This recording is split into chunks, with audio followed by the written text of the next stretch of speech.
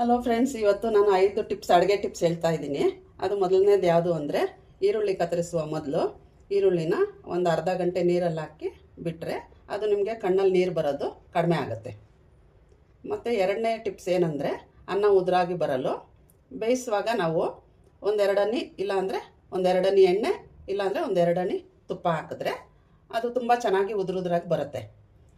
ಆಮೇಲೆ ಮೂರನೇ ಟಿಪ್ಸ್ ಏನು ಅಂದರೆ, ಹಸಿಮೆಣಸಿನ್ಕಾಯಿಗಳು ನಾವು ಕಾಗದದಲ್ಲಿ ನ್ಯೂಸ್ ಪೇಪರಲ್ಲಿ ಸುತ್ತಿ ಫ್ರಿಜ್ನಲ್ಲಿ ಇಟ್ಟರೆ ಹೆಚ್ಚು ದಿನ ಫ್ರೆಶ್ ಆಗೇ ಇರ್ತೈತೆ.